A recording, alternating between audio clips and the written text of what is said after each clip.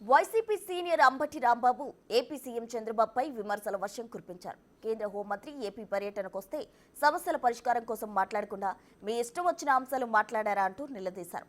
సమస్యలు పరిష్కరించాల్సిన సీఎం చంద్రబాబు జగన్పై బురద జల్లే ప్రయత్నం చేశారని అంబటి దుయ్యబట్టారు. ఇలాంటి సమస్యలు అనేకమైనవి పెండింగ్ లో ఉన్నటువంటి తరుణంలో అమిత్ షా గారు మన రాష్ట్రం వచ్చినప్పుడు ఆ సమస్యల మీద దృష్టి పెట్టి ఎంతో కొంత పరిష్కార మార్గాలని అన్వేషించవలసినటువంటి తరుణంలో మరి ఆయనకంటే బ్రహ్మాండాన్ని విందించారంట.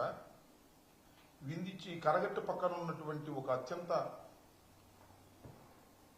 అందమైన భవనంలోకి తీసుకువెళ్లి కృష్ణానది ఒడ్డున వారికి విందు చేసి అటు నుంచి చూస్తుంటే అక్కడ కనకదుర్గమ్మ వారు దర్శనమిస్తున్నటువంటి ప్రదేశంలో వారికి విందించి చాలా విషయాలు మాట్లాడారంట. ఏ విషయాలు మాట్లాడారో తెలుసా మీకు?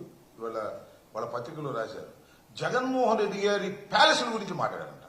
సమస్యలన్నీ పోయి హోంమంత్రి గారు వస్తే పరిష్కారం కావాల్సినటువంటి సమస్యల్ని పక్కన పెట్టి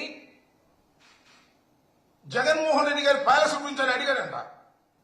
వీళ్ళు చెప్పారంట ఆయనకి బెంగళూరులో పాలసీలు ఉన్నాయండి, తాడేపల్లిలో ప్యాలెస్ ఉందండి, హైదరాబాద్లో ప్యాలెస్ ఉందండి, పులివెందుల్లో ప్యాలెస్లు ఉన్నాయండి.